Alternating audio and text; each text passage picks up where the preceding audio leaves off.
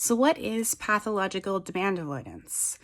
I actually like to call pathological demand avoidance persistent drive for autonomy because that is really what it is.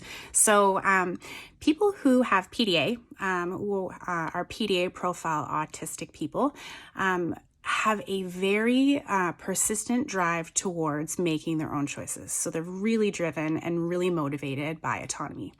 So what happens with these clients is if you don't give them choices and you don't allow them their own autonomy for things like transitions, change, anything that involves choice, which is basically anything, then you end up running into situations where you have unintended power struggles.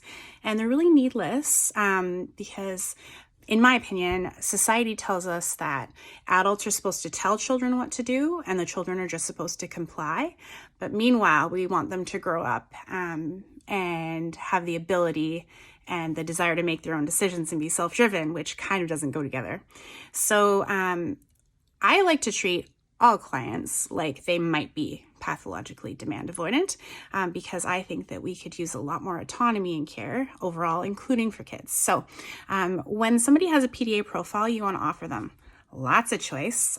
You want to offer them good ideas instead of demands. So like, let's say it's raining and you look at your client and you think, there's an excellent chance that Jimmy is not going to want to wear his rain jacket. So what will not work for you is to turn to Jimmy and be like, Jimmy, put on your rain jacket.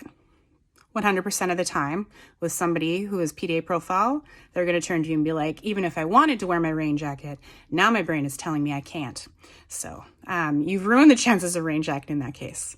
A better option would be, hey, Jimmy, do you think you want to wear your rain jacket? In which case it gives him the choice. An even better option in that situation would be, I see it's raining outside.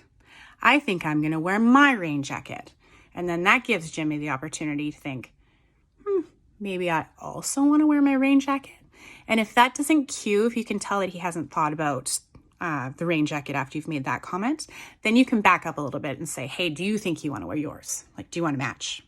So those are just some ideas of how to have a better day when you're working with somebody with pathological demand avoidance or persistent drive for autonomy.